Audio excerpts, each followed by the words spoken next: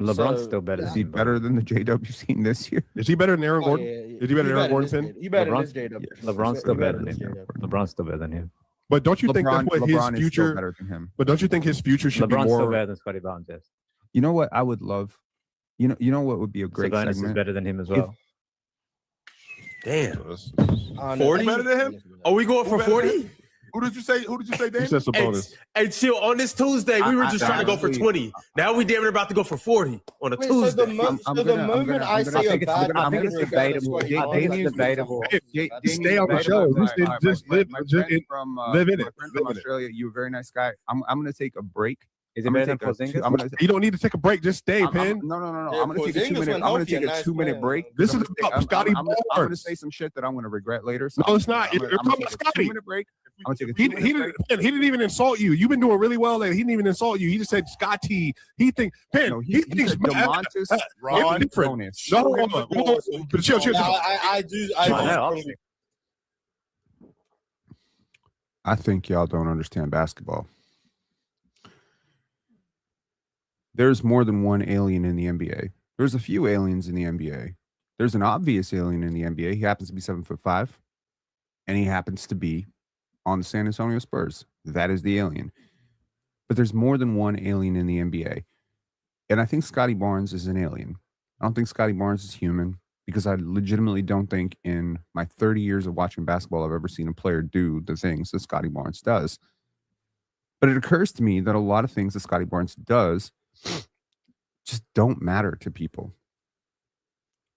And I think they don't matter because the Raptors haven't won yet. Again, when it comes to defending Scottie Barnes and his value as a basketball player, I think this is an exhausting thing, right? Shout outs to ESPN Needs KD, one of our VIP members. Thoughts on this lottery tanking stuff that's coming out? Is it worth it to drop in the play-in for it alone? It sounds like they may implement this ASAP. Can you let me know what exactly you're hearing? Like, are you hearing that the Raptors are looking to tank right now? I don't think so. Tariq saying if Scottie would average 22 a game, then people would start appreciating him. Shake my head, casuals. Let me put it this way. I think that winning in the NBA takes a lot more than just scoring. I've often said that if you can hold a team to 79 points, then scoring 80 will be good enough. If you could hold a team to 50 points, let's just say you had the greatest defense of all time, then all you need is 51 points to win. And I think that Scottie Barnes thinks about basketball the same way that I think about basketball, which is really cool because he happens to be the franchise player of the team that I follow and cover. And for years now, we're going right back to the draft. I feel that I have seen Scottie Barnes as a very different type of player.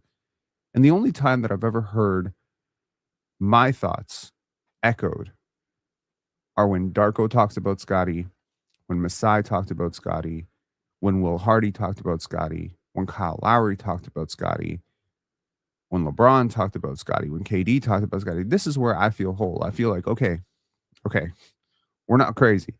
I'm seeing something in this guy. When Leonard Hamilton talked about Scottie Barnes, when Magic Johnson talked about Scottie Barnes. But when fans talk about Scottie Barnes, I feel like I might be losing my mind.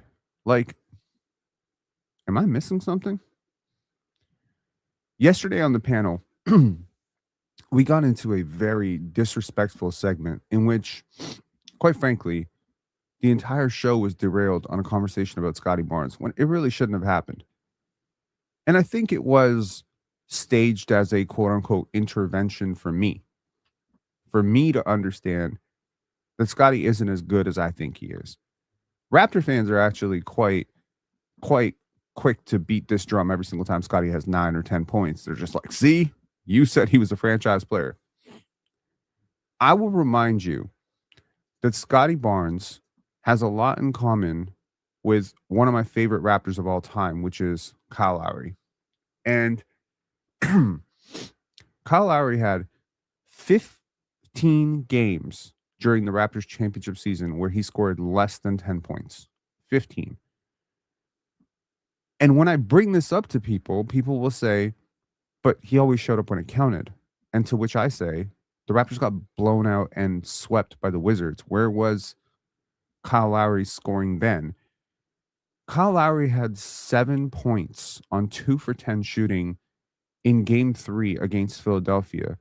If Kawhi Leonard doesn't hit that shot, you think about that game 3 and all the talk about Kyle Lowry being a choker would come right back, right? I don't think people understand basketball to the level that they think they do, because you see, like, when people drew up the box score, right? Like, when the game was invented, it was invented as a 5-on-5 sequence of consequences or sequence of decisions that was supposed to result in a team scoring. Nobody really cared. This guy was a 20-point per game scorer. This guy's a 25-point per game scorer. But a lot of things that have happened in the NBA, and especially with how we talk about the NBA, have really put into center focus how many points, rebounds, assists, blocks, steals a guy gets. And people really care about that first one, right? Points. They really care about it. And I think this is because of fantasy basketball, sports betting. It makes it really like it kind of just changes the way we consume the game, and it changes the way we talk about players. When you look at a fantasy spread, right? Like not a fantasy spread, like a betting spread, and you have a whole bunch of betting options, and it says Scottie over under 17.5 points, right? Which is very much like how his lines have looked all year. And you pick over because you're like, that's my franchise player. This is a big game. Of course he's going to have 17. And then Scottie Barnes ends up with 16 points, 12 rebounds, 9 assists, 4 steals, 3 blocks. You hate him. You hate him because he cost you money. But that's such a weird and completely stupid way to talk about the game, because the stats are supposed to be reflecting the game. They're not the game, right? Like, you understand what I'm saying? You scoring 15 points and 12 rebounds and 8 assists gives me no actual context on the game you played. I have to watch the game.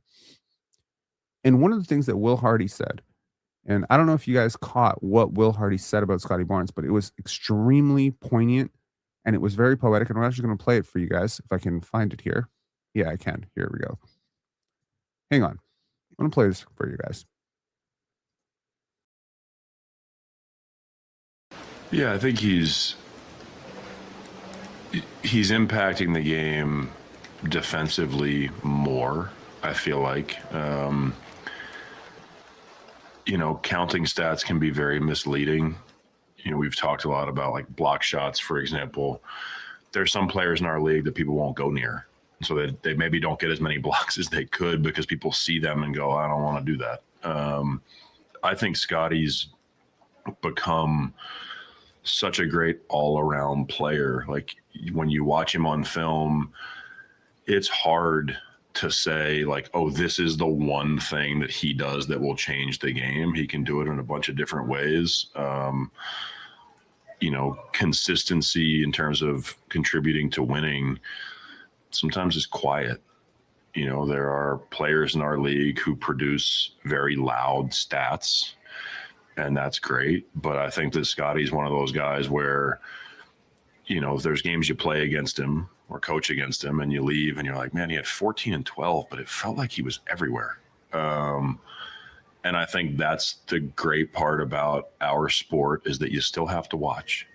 And as much as stats help all of us create narratives, and we're in a world now where people can tell stories about games they never watched, you do have to really watch if you want to truly understand the impact that players have in our games, why things are happening in our games. And I think Scottie's a great example of that. Like, his value far exceeds the numbers. And that's the point. But what numbers are we talking about? What numbers are we talking about? I want to give you some numbers. What are we trying to measure when we talk about a player's points, rebounds, assists, all these things? We're trying to measure, really, we're trying to get down to one question. How good is this player? But how good are you in a team context also matters on the team. And there's a lot I want to talk about in this live. I apologize if I feel a little bit disorganized. I promise I'm going to get there. Everything that I want to say is going to come out in this live. And I hope that by the end of this live, even Scottie's most ardent supporters have a renewed appreciation for what he does and how he does it. So the first thing I want to talk about is specifically on-court impact on winning. Now, Victor Wembanyama seemingly broke the internet when he said defense is half the game. Draymond Green had a phenomenal response to it, which was basically that he was mad and happy about he was asked, like, how do you feel about this? Like, how do you feel about Victor Wembanyama campaigning for MVP? And he just kind of had this very funny response to it, which was, hey man, I'm actually like kind of pissed that it took Victor Wembanyama saying this for people to understand that defense matters. Listen to about his MVP case. You're a guy in the past who's has vocalized your own case. I was just curious how you took that, just like his willingness to come out. I hated it, and I absolutely loved it. And the reason is because the reason I hated it is because until Wemby said defense is 50% of the game, it was like, oh man, no one realized that. Right? Like no one realized that 50% of the game we play is on that end of the floor. So he comes out and makes this profound ass statement. And it's like, oh, of course it is. Of course it is. Defense is half the game. If you are a player who gets blown by every single time, you have no hope of protecting the rim. You're not a player who defends their man. You're not someone who reads off-ball actions. You can't recover at the rim. And your guy puts up 40 points on you. You scoring 37 on the other end barely even washes out the impact of what you lost. But Scottie saves his team so many points. He is such an underrated defender. And it's not just because he's some lockdown defender. You see, like sometimes there's loud defense and then there's quiet defense. Quiet defense sits in the gap. It deters actions. When Scottie Barnes is sitting there, he's processing the game at a level that mere mortals who watch the game casually, or even people who've been watching the game for 30 years, cannot understand. Why do I say Scottie's an alien? Scottie Barnes came in as a rookie. There were some very smart basketball players on the Toronto Raptors. One of them is Fred VanVleet. I have often said Fred is one of the smartest basketball players in the league and just has one of the highest IQs for the game, sees the game so well. Scottie and Fred saw the game completely differently. And sometimes it was very loud disagreements on the court. And every time I froze those disagreements and I went back to the play that caused the disagreement, I would realize something. Scottie was right. Fred was wrong. And over again, that kind of got me thinking, if this 20-year-old can come into a team and tell the veteran, soon-to-be all-star that he is wrong about basketball processing, if he knows more about where his all-star teammates are supposed to be, then clearly this guy is seeing the game at a completely different level for a 20, 21-year-old. And again, LeBron was very similar to this. Nikola Jokic is very similar to this. When you see the game at that level, there really isn't a lot that you can talk about with your teammates because your teammates don't see it. So what you have to do is at some point, you just have to become an author of the offense. Tyrese Halliburton is a great example. Rick Carlisle probably understands most of what Tyrese Halliburton does, but Aaron Nesmith and Ben Mathurin didn't understand everything Tyrese Halliburton was seeing. But because he had the ball so often, his teammates were beneficiaries of him, really having the ball and putting them in positions to succeed. The Raptors have not, for whatever reason, whether it's because Darko has not explicitly said it to RJ and BI and whatever, they haven't figured out that their best decision maker is often sitting in the corner. And that to me is weird. But results do not necessarily mean that a player is not capable. We've all worked at an office. We've all worked at a company where the most capable guy happens to be sitting in the corner because for one reason or another, seniority, politics, or whatever, he doesn't have the ball. He doesn't have the control. The boss, who's the boss's son, he has control. And he is there to override and oversee ideas and reject ideas, but he doesn't know what he's doing because he's not a genius. Scottie is a genius. So the number one thing about him that's really not human is his understanding of the game, which is truly deep. I find myself learning new things about basketball every time I watch Scottie play. And I consider myself a very, very intelligent basketball person. Like when it comes to seeing a whole game, I think I have a coach's perspective on how things are going on the court, like what should and should not happen, um, actions that are working repetitively, mistakes that are happening on the court that players are not seeing in real time. And I understand that I have an advantage because I'm seeing it from a lens either in the stands or from a bird's eye view or with with the benefit of hindsight or maybe even the wider angle of seeing it on the television. I am seeing things obviously from my perspective that players cannot see on the court. But everything I am seeing from this wide lens, Scottie is seeing fractions of a second even before I'm seeing it. And that really does speak to his intelligence being that one outlier skill. The second thing that is a complete outlier for Scottie, and something that I don't think most people understand, is what is the value of versatility? And when I think about winning in the playoffs, I always think about adjustments, right? Like when you there's a law of diminishing returns in basketball. You cannot just spam pick and roll with IQ and yak 85 times a game. No matter how much the numbers tell you that that play is successful, after a while it will stop being successful and it will start netting negative returns. You will start getting more turnovers as teams figure out what you're doing. And so there must be a diversity in what you do. This is one of the biggest reasons why notoriously I had Kobe Bryant outside of my top 10, but the more I watched Kobe again from the lens of now deeper basketball mind, I've come to appreciate Kobe Bryant so much more to the point where he's gone from 12 to 7 on my all-time ranking because Kobe was versatility. Kobe was a guy who can guard 3-4 positions. He was competent in the post. He was competent on the perimeter. He was very good on the perimeter. He was good in the passing lanes. He had good anticipatory instincts on the defensive end. But offensively, he also had no real weaknesses. It wasn't like Kobe on the left wing, Kobe on the right wing, Kobe in the top, Kobe in the mid post, Kobe in the paint was ever a liability. And I think so much of winning in basketball comes down to how schemable are your limitations. Scottie has significant limitations, but I also want to say the versatility papers over so many things that he can do. You cannot name me one player in the NBA who can play 5 positions on both ends. Now, this is a gimmick. A lot of people say they can play 1 through 5. They say they can guard 1 through 5, but they really can't guard 1 through 5, which is to say, yes, there are players who in a pinch could guard a point guard, but they couldn't start at point guard and guard a point guard for an entire game without getting destroyed. They could guard a center for like 2 possessions, but the toll of guarding a center for the entire duration of the game would render them completely obsolete, and they would probably foul out of the game. Scottie Barnes is a guy who can actually guard 5 positions, but he can't do them all at once.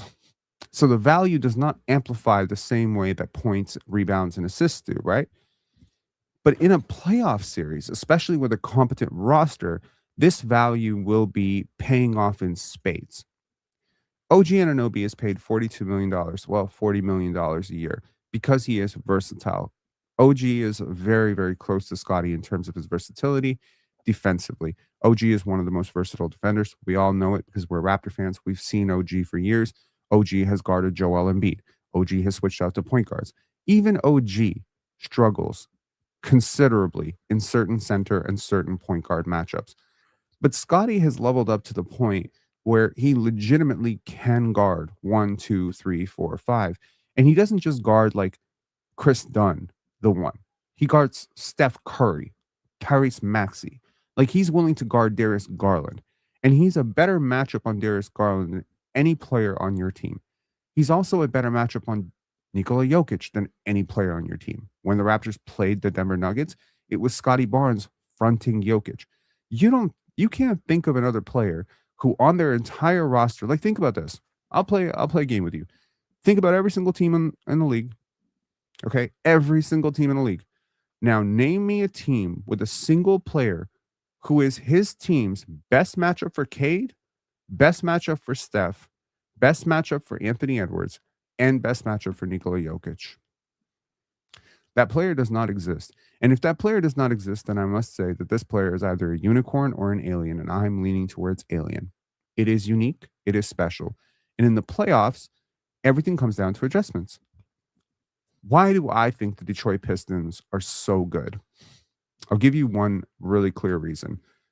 Isaiah Stewart, Jalen Duren, Asar Thompson, and that center rotation, the versatility of Ron Holland plus Asar plus Isaiah plus Jalen.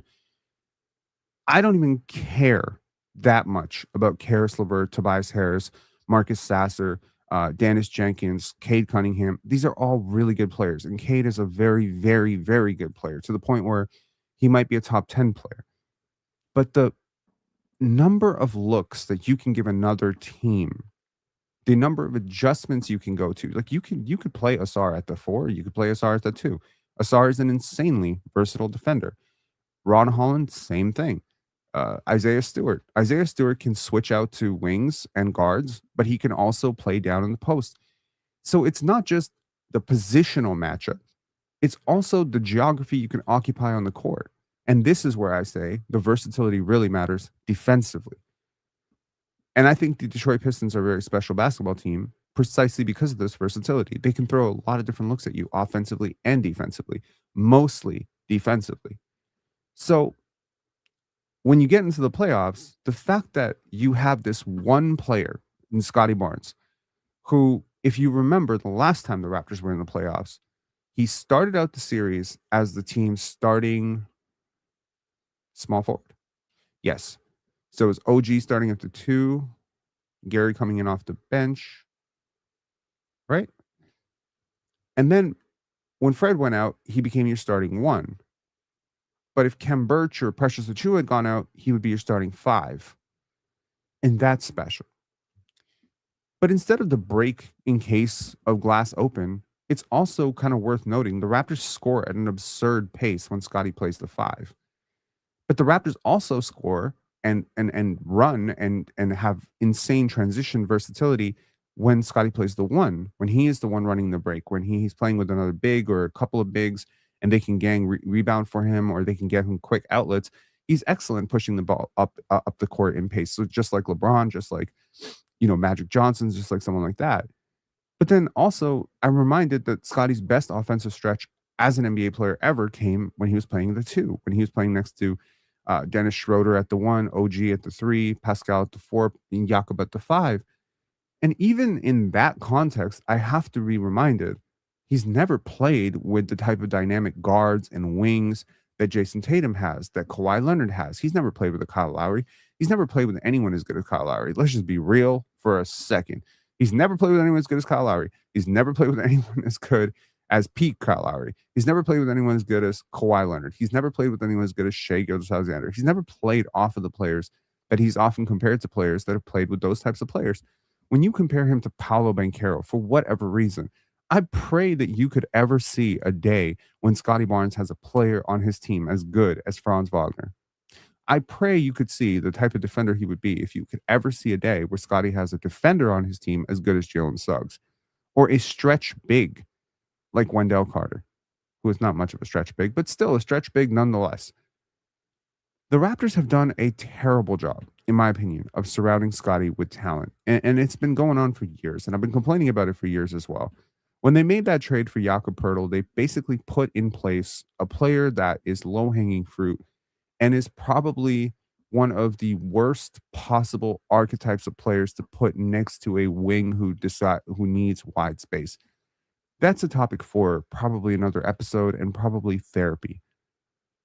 But everything I'm talking about on versatility, which is what people like to talk about when it comes down to versatility. When they talk about versatility, they talk about what positions can this player guard reasonably. Jason Tatum, Herb Jones, Toumani Camara. These guys get paid a lot of money because they're really good defenders at multiple positions. Bam Adebayo, Ben Simmons. These are guys who have widely considered themselves 1 through 5 defenders. Draymond Green is another one. Among Ben Simmons, Bam Adebayo, Draymond Green, none of these guys, in my opinion, are great offensive players. None of them. All of them were max players. Why? all of them have had success on some level as all-star level players. Why? I think Scottie has a higher upside offensively than all those players. Because offensively, he can also play 5 positions, and that is the cheat code. It's not just that he can play 5 positions defensively. It's also that he can play 5 positions offensively. It's also that he can play all spots on the court with the exception of 2 spots. He cannot play as the above the break spacer, and he cannot play as the corner spacer right now. And teams are going to put him in those spots. But it sucks most when the Raptors are the team that is putting him in those spots. You should never, ever put your best decision makers in the corner. Ever. It is a basketball cardinal sin. You will never see Nikola Jokic standing in the corner. You will never see Tyrese Halliburton standing in the corner. Very rarely, if ever, will you see Tyrese Halliburton standing in a corner. You don't see Magic Johnson standing in the corner. You don't see LeBron standing in the corner. Your best decision makers must occupy the center of the court. Now, because of Scottie's limitations as a three-point shooter, it is hard to occupy the space on the court that is traditionally designed for modern point guards, which is center, middle, logo extended down to the three-point line, like that Damian Lillard, Steph Curry zone. It's very hard to occupy that space because he doesn't have enough scoring gravity. But how do you create scoring gravity in that situation is you get a stretch big. The stretch big comes from the paint, lifts the offensive player, if the defensive player. If, let's just say hypothetically, let's play a game right now of hypothetical basketball. Hypothetical basketball is Scottie Barnes has Miles Turner as his center, Rudy Gobert is the defensive player, and Anthony Edwards is Scottie's defender as the guard, okay, in this situation. I need to get Rudy Gobert and Anthony Edwards out of Scottie's way. I definitely don't think he can beat Ant plus Rudy. So what I'm going to do is have Miles Turner vacate the paint. He's going to come up. He's going to set like a ball screen on the left side. And Scottie is either going to go around that screen, and hopefully Miles is able to take Ant out of the play, or we're going to switch. If we switch, we have a great opportunity for Miles Turner to catch over Ant, at which point the passing that Scottie Barnes has, which is also incredible for his size and alien-like in many ways. As a 6'9" passer, other than Nikola Jokic, there is not a player who is 6'9" who is a better passer than Scottie Barnes in the league. Period. Point blank center. Don't even come at me. Don't talk to me. There's no player taller than 6'9" other than Nikola Jokic who's a better passer than Scottie Barnes. At this point, this play becomes almost unguardable. When you add a stretch big into the situation who happens to be a solid screener, Rudy Gobert is forced to vacate the paint. Opens up the paint for cutters.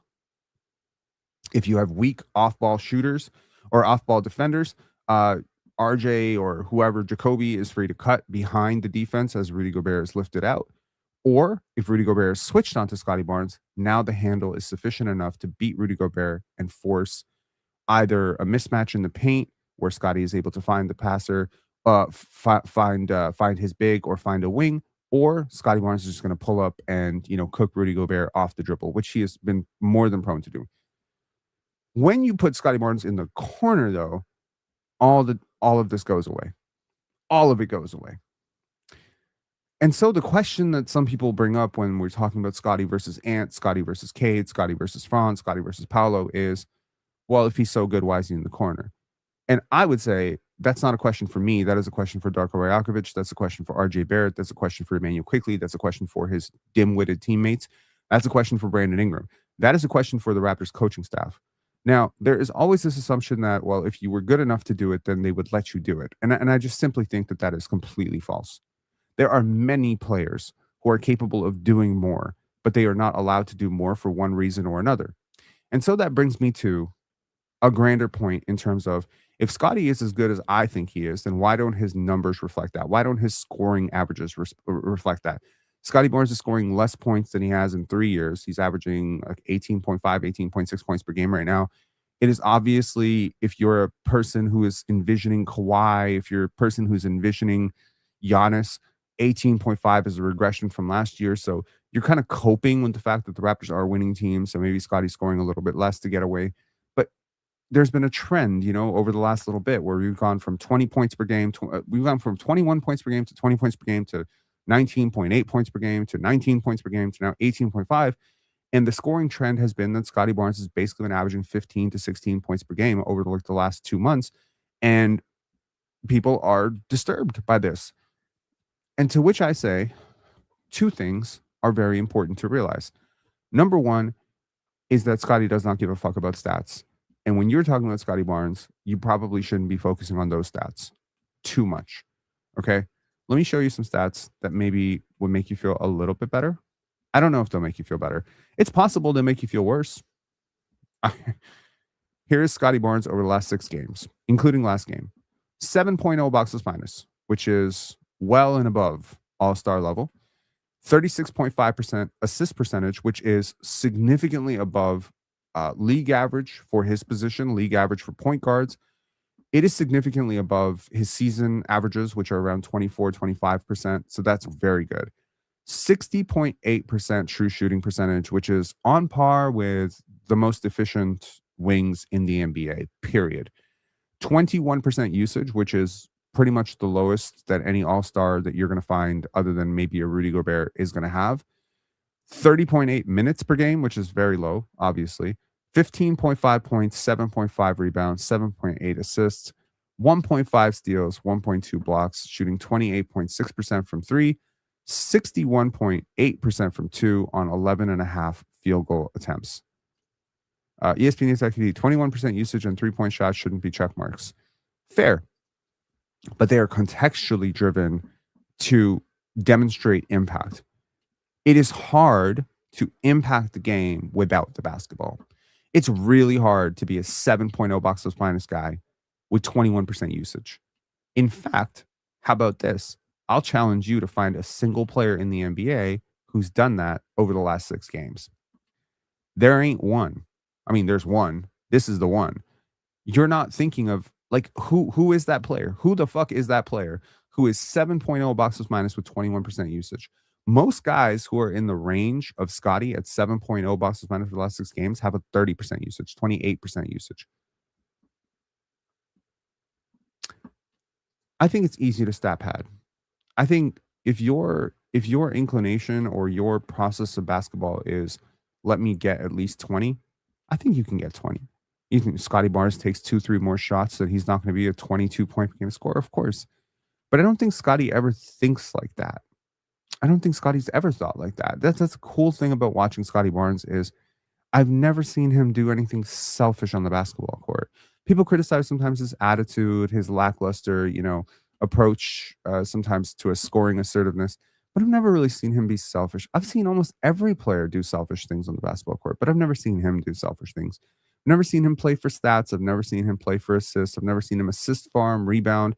Like when he rebounds, I promise you, sometimes like you'll see a player steal a rebound from another player and you'll be like, oh, you're stat padding, right? Because you kind of came out of area to take an uncontested rebound away from the big who boxed out the guy. But Scottie doesn't do that. Scottie is thinking always one play ahead. When Scottie grabs the rebound, it's almost always so that he is the one to push in transition so he can find somebody else for the cut. When Scottie makes a pass, it's usually because it's never to get the assist. It's so funny. If we ranked hockey assists on this team, I'm almost convinced that he would be number 1 on this team. This concept of scoring is everything is so stupid because scoring is a result of offense. It is not the offense.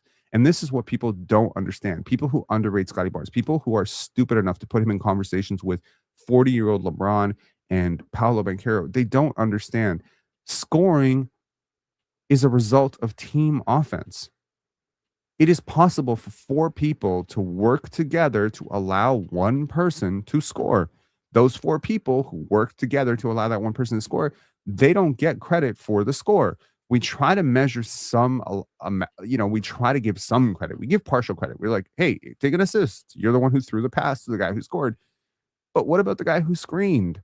What about the guy who was stretching the defense out? So many times, Jamison Battle does not get any credit for the space that he gives Brandon Ingram and Scottie Barnes. So many times, Kyle Lowry didn't get credit for the pass that led to the pass. When I was watching Kyle Lowry and DeMar DeRozan, it was never a question to me who the Raptors' best player was. Not 1 minute of 2013. Look, I've shared the story many, many times about how I found out that Kyle Lowry became a Raptor. It was one of my happiest moments. I was so excited. And people around me just like, this guy's a bum. He's nothing. And when he came here, it was like, oh, is he a backup to Jose Calderon? I'm like, man, there's worlds of difference between these two players. Like, how are people so stupid they don't get it? And they're just like, oh, he's not a good shooter. He's not this. He's not that. But then, he got better as a shooter. But Kyle was 26. Kyle was 26 when he became a Raptor. And there was so much to Kyle's game that was never measured by box scores. But when you have a player like a DeMar DeRozan who has turnarounds, middies, and post-ups, and he's getting you 25, 26, 27, and the other guy's got 17, 6, 8, 2 charges, 2 steals, 2 deflections, 16 connective passes, and he's making all the right plays, and he's pushing transition, and he's creating. People don't see that. People don't care about that. They're just like, that guy had 25, that guy had 17, 25 is better than 17. But who is the guy that you traded? The guy who had 25. And who's the guy who won? The guy who had 7 points in game 3 against Philadelphia. Scottie Barnes is a litmus test. How you feel about Scottie Barnes, to me, shows me what you think about basketball. It shows me how much you value portability, shows me how much you value versatility. It shows me how much of a box score casual you are. It shows me how much you understand the game at a deeper level. And I think there's a myth, and I want to shatter this myth, because I've been talking to scouts, coaches, players, like for the last 15 years, 20 years now. Okay, there's a large accumulation. If I wrote down all the names of people that I've picked their brain, whether they be analysts, whether they be, fellow people who do what I do, like people who are deeply invested in this game, people who watch this game for a living, people who coach this game for a living, scout this game for a living, are paid by NBA teams to do this.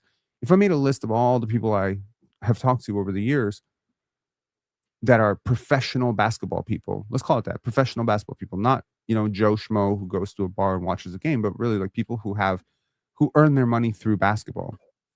If I'm taking a list, it's probably 250 names, 300 names. And I would argue 2/3 of them don't have a fucking clue about basketball. They might be good at talking about it because they're good at talking.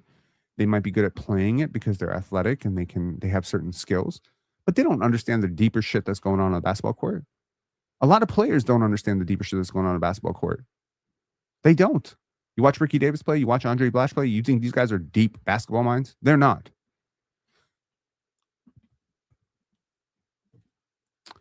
You can't. The stupid thing about basketball is there's no concrete way to talk about this game with people, because we all watch the same game, but we don't watch the same game. We're all watching Scottie Barnes dribble, and lose and get stripped. We're all watching it.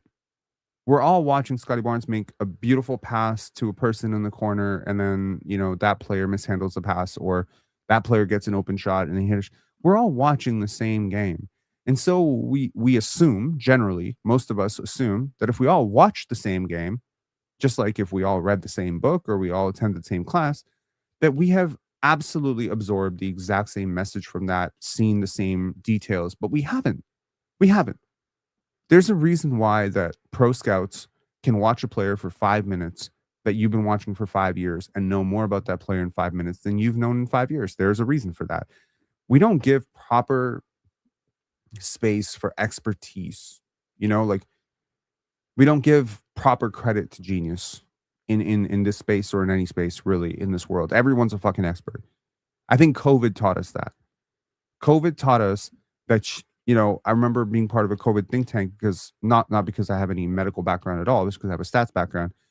And I remember talking to people, and I was so overwhelmed by their impressive, like, you devoted your whole life to mice. Like I was just so shocked, because I'm not a scientist, right? I've never done hard science. That's not my forte. I've never done a serious science experiment beyond grade 6. Not one. Not in physics, not in chemistry, nothing. I haven't done hard science when it comes to even, I don't consider it hard science, but neuroscience. So when I talk to people who have a degree in neuroscience, have a PhD in neuroscience, there's always a humility with which I approach that conversation. Yes, I have read books on it. Yes, I know a lot about it. But man, like that, no, not even fucking close. This is not my expertise. I have to surrender some amount of humility to understanding that there's shit that you're going to see in 12 seconds that I'm not going to see in 12 years of staring at the same painting. And that's just what it is. It's the same thing with filmmaking. It's the same thing with filmmaking.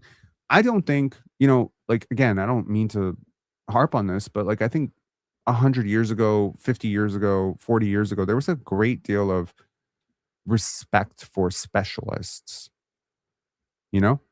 Like that's a basketball coach. When I was coming up, coach meant something. Today, everyone thinks they're a fucking coach. Everyone thinks they're an analyst. Everyone thinks that they're a scout. Everyone thinks they know. You watch 20 seconds of highlights. I watched 20 hours of game film. But we can have a debate on Bennett Sturts? No, we cannot have a debate on Bennett Sturts. But you think we can have a debate on Bennett Sturts? I think social media has kind of robbed people of their critical thinking on so many levels. The final thing I'll say about this is that I very rarely have seen a 2-time All-Star be discussed like he is a project. But whether it's Bobby Webster or Darko Rajakovic or Scottie's trainer himself, there's always the project talk with him. And I think that's because Scottie is still a project. And that sounds weird for a player who's 24 years old, has made 2 All-Star teams, is currently the best player on a playoff team. It sounds weird to talk about that player as a project, but if you really deeply listen to Darko Rajakovic, he's not a liar. Like Darko is actually a very, very bad liar. I've noticed this, like listening to him talk. His lies are usually very, very obvious. And one of the things where he gets into his truth bag is when he talks about the player that Scottie will be, as opposed to the player that Scottie is. He always talks about the growth in Scottie's game. He was always like, oh, he has so many areas to grow. The way he talks about Scottie Barnes is pretty much the same way he talks about Colin Murray-Boyles as it pertains to distance from peak. Now, Colin is 20, 21. Scottie is 24. We act like a player's career is over at 24, and it's just not. Aaron Gordon has taught us that. Aaron Gordon is, some people say Scottie is just Aaron Gordon. I implore you to go and look at Aaron Gordon's career through his first 4 or 5 years. He was absolutely not even close to even rookie Scottie. Rookie Scottie was better than any version of Aaron Gordon through years 1 through 5. So if Scottie Barnes takes the same level of jump that Aaron Gordon did, and I don't mean becomes Aaron Gordon, I mean Aaron Gordon was this, and then Aaron Gordon became 200% more than that. What if Scottie Barnes becomes 200% more of that? What if that upside that Darko always talks about, he's going to be the future face of the league, he's going to be an all-star. I mean, he's right about that, all-star. But Scottie Barnes is going to be the face of the league. I think he can be, MVP, blah, blah, blah, blah. Like, what if all of that is because Darko sees 200% upside in Scottie and y'all see 2% upside in Scottie? Me personally, I see 200% upside in Scottie. I see the gaps in his game. But just because I see the gaps in his jump shooting, processing, scoring package, footwork, finishing, doesn't mean that I also don't acknowledge all the incredible things that he does to win basketball games. His processing is a gift that keeps on giving, if you will. When you are an elite processor, and again, this is like something we talked about yesterday in the draft live. Who are the extreme outliers that we talk about when it comes to NBA development? Steve Nash, Nikola Jokic, guys like this. They are players who, for whatever reason, just became very underrated due to athletic limitations, aesthetic limitations, biases that exist in everybody. But then they just leveled up at certain stages. They just kept getting better and better and better. And people were just like, what the fuck? Because what makes these players special is their ability to see ahead of other people. And because Scottie has been seeing ahead of other people at a level that is honestly insane for a player who's 6'9", I think the growth will continue to come. If Scottie continues to work on his game, Scottie will be one of the 3 to 4 best players in the NBA. I'm convinced, absolutely convinced. He may never win MVP. He might be close to MVP. Maybe the best he becomes is Charles Barkley, Scottie Pippen adjacent. And then people say, well, if he's more Pippen than Jordan, then could he ever be the best player on a championship team? Absolutely, he could be the best player on a championship team. Scottie Pippen could have been the best player on a championship team. Charles Barkley could have been the best player on a championship team. Scottie Barnes today, with 200% upside looming, could still be the best player on a championship team. But notice I said team. I'll give you an example right now. I think most people agree that Scottie Barnes is a top 19 player in the NBA. I think that's the biggest haters will go as far as top 30, top 35, whatever. But I think that most intelligent people can agree he's within the top 20. Chill, on the panel, he said he's all NBA for him. Mars said yesterday he's about 20th. I would say he's 13th to 10th. With 200% upside looming, the 13th best player, if you believe what I'm saying. I mean, Bleacher Report had him 19th, so whatever, say what you will with that. If Scottie Barnes is, in fact, the 15th best player in the league, could I construct a roster around him as the best player, the 20th, 28th, 39th, and 60th best player in the league, whoever those guys are, provided they work? I'll give you an example. Is Scottie Barnes better than Jaren Jackson? Yes, he is. So Jaren Jackson is the 4. Scottie is the 3. Okay, we're already looking much better defensively. At the 5, I want Walker Kessler. At point, I want Kyrie Irving. And at the 2, I want Shaedon Sharpe. Is that a championship roster? Can you win a championship with that team? Yes, you can. Provided you have a little bit of depth and shooting off the bench, absolutely you can. Get me Max Strus. Get me Duncan Robinson. Get me Malik Monk off the bench. Get me Sandro Mamukelashvili and give me Miles Turner. Okay. Or give me Naz Reid. Scottie is the best player on a championship team. There you go. Scottie Barnes can be the best player on a championship team. You can't say that about more than 15 to 20 players in this league anyway. You really can't. Derek White's the best player on a championship team. The hell he is. No, he can't be. OG Anunoby could be the best player on a championship. No, he can't. Carlton Towns can be the best player on a championship team. No, he can't. Scottie can. Scottie can be the best player on a championship team. But when people think best player on a championship team, you need to adjust your archetype away from Michael Jordan, Kobe Bryant. It's not the only type. That's not the only type. Jason Kidd exists. Magic Johnson exists. Bill Russell exists. Best comes down to impact. Impact comes down to winning. Scottie Barnes drives winning in ways that very few players in this league can and will. And because I think that he is the most deeply connected, one of the most deeply connective players, and connective is not a derogatory term meant to diminish any primacy. Because he is connective in nature, he is an amplifier of talents that exist around him. I believe Scottie makes shooters better shooters. I think Scottie makes finishers better finishers. Kyle Lowry was a similar thing. Kyle Lowry could make a half-decent big look like a really competent big. RJ Barrett and Emmanuel Quickley sit on the absolute other end of that spectrum. They require Scottie and Jakob and Jamison Battle to make them look good. So on this team, there are servants and there are masters. Servants do the work, masters get the credit. And unfortunately, RJ Barrett happens to be a master because he takes a ton of shots that are created for him through the work of other people. And Scottie Barnes ends up being a servant because he just ends up trying to get out of the way to make it all happen. The question of why does Scottie Barnes not have higher than 21% usage is also very important. Do y'all remember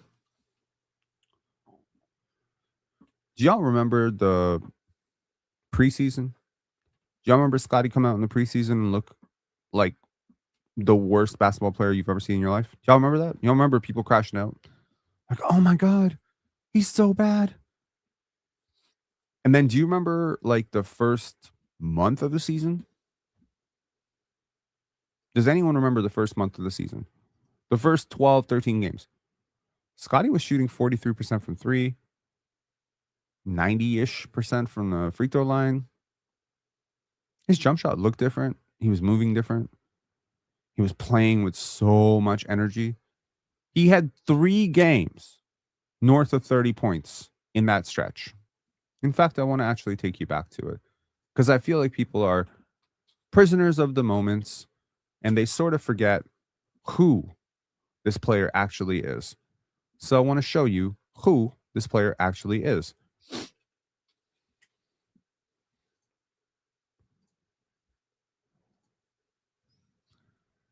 Okay, so this is Scottie. Let's go Atlanta to Cleveland. That's 12 games. The first 12 games of the season, Scottie Barnes usage, close to 25%. True shooting, 59%. Okay. Assist percentage, 23%. Block percentage, very big. Turnover percentage, relatively low. 5.5 boxes minus. Let me switch over. 12 games. Again, 12 games where the Raptors just had to figure out their season and become a winning team. Let me go to the actual game log. Hold on one second. Basic game log. I'm going to give you his stats for those 12 games, just in case y'all forgot. This is what Scottie averaged in those 12 games. In just 33 minutes, he shot 43% from the free throw line. Sorry, 43% from three, 50% from the field, averaged 20 points, 5 assists, nearly 8 rebounds, alongside 3.3 stocks. That's what he was doing in the first part of the season, that 12-game stretch. Okay? Break it down into the next segment, which is, let's say, game 13 to game 40. Hold on, where are we at? Yeah. Now we go down to 19 points, but more rebounds, around the same assists. 3-point percentage has fallen down to 28%. Field goal percentage remains relatively high. Go one step further.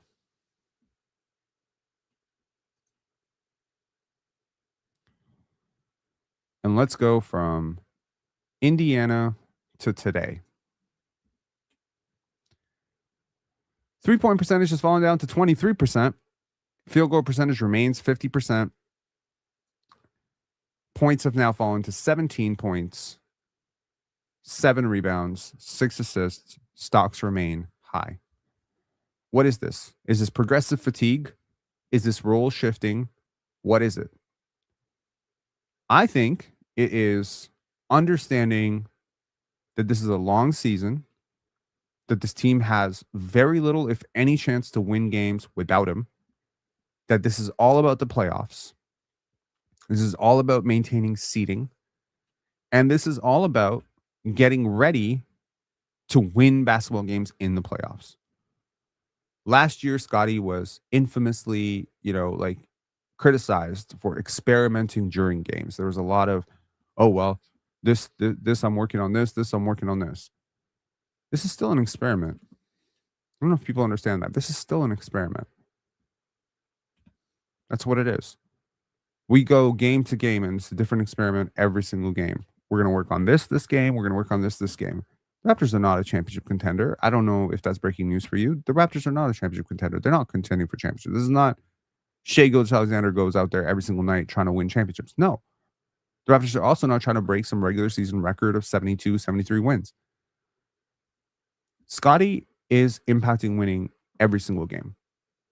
Where he impacts winning is due to the roster limitations around him.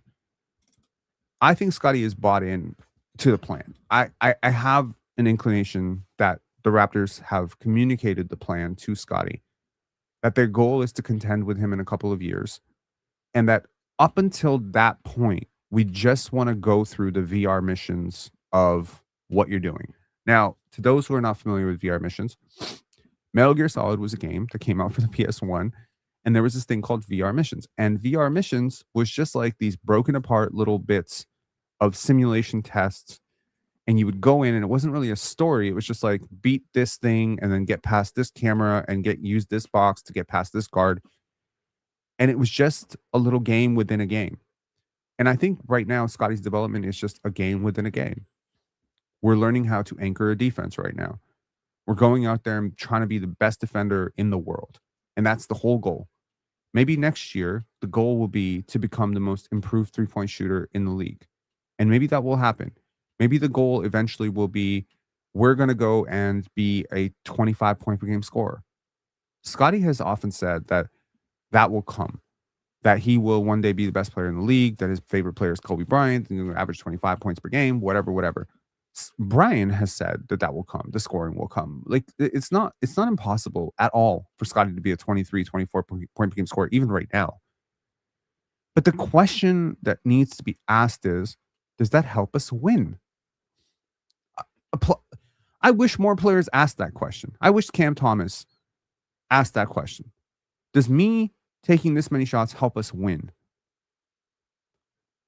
Scottie Barnes' versatility is his greatest gift and his greatest curse. Because, see, when RJ Barrett cannot contribute to scoring and when Brandon Ingram cannot contribute to scoring, they're not like, okay, well, I guess you got a better scorer than me. Let me go be a lockdown defender. You wish you could be a lockdown defender. You can't be, because not everyone can.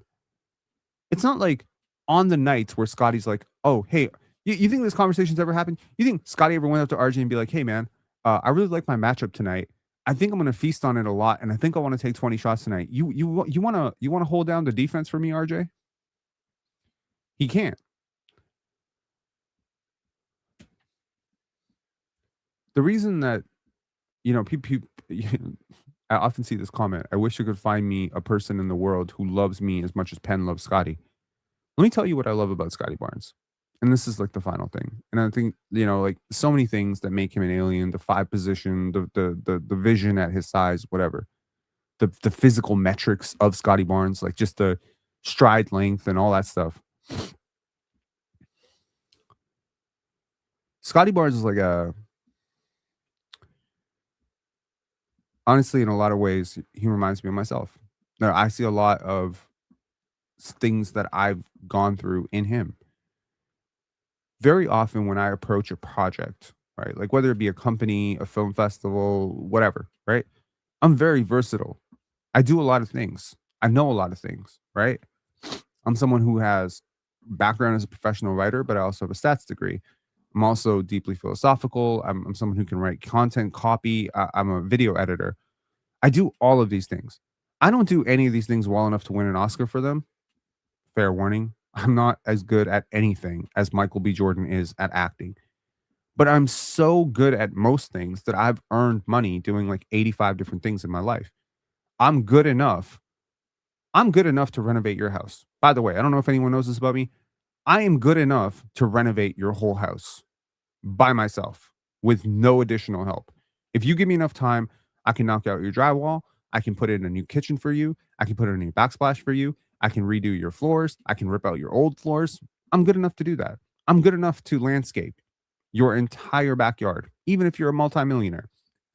I am good enough to edit the video and shoot the video for the company, for the company that does this work. I'm good enough to write a book about your entire company. I'm good enough to do all those things. And by the way, I'm good enough to stand on stage and talk about it. There ain't a lot of people in this world who are as good at that many things as I am. But that often means that when I enter an organization, my first question is not, what do I want? My first question is, what do you need from me? I am a servant in my own life, right? Like, when I think about,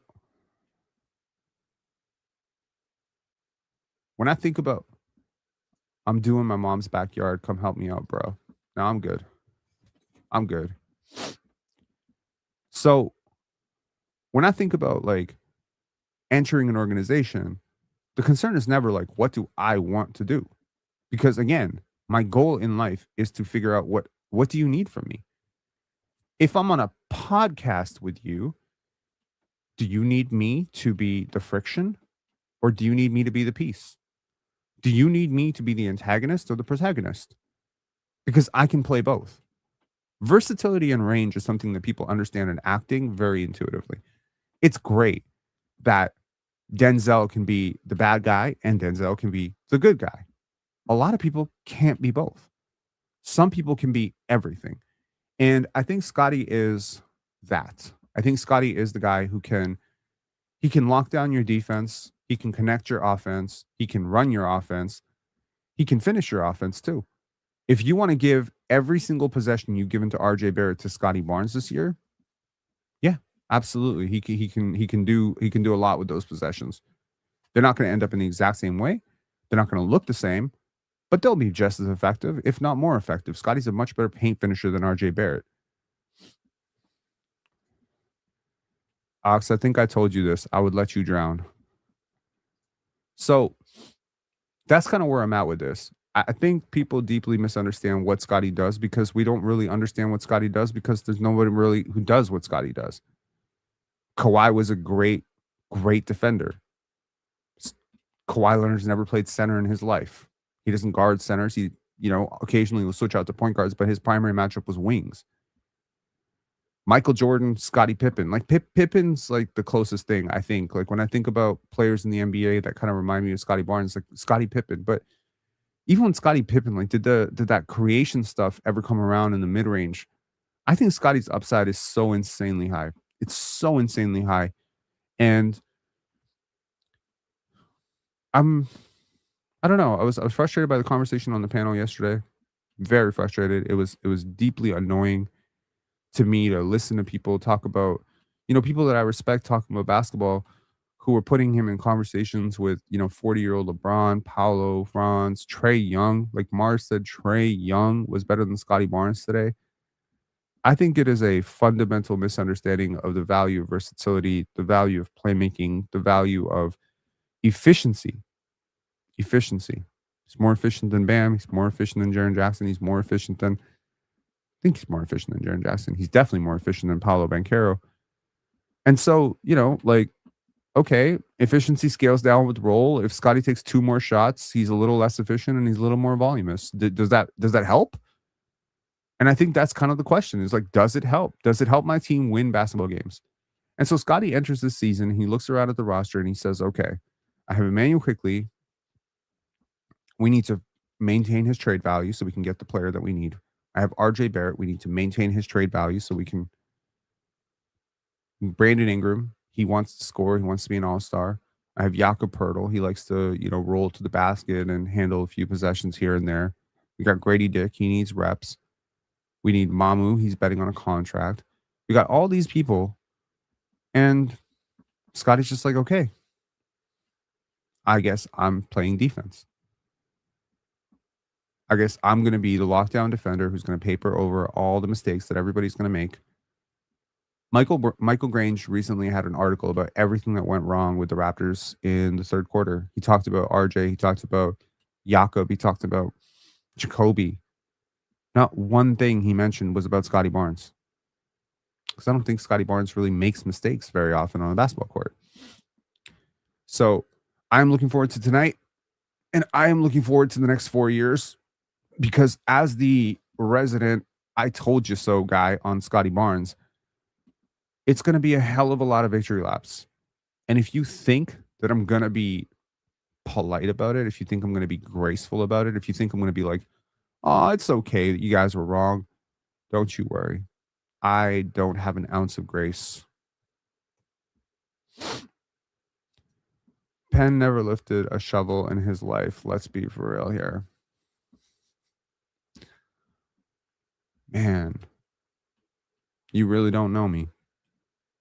But that's okay. You feel comfortable talking about people you don't know at all.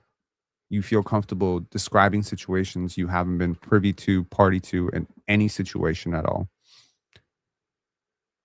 And that's our culture today. That is our internet culture.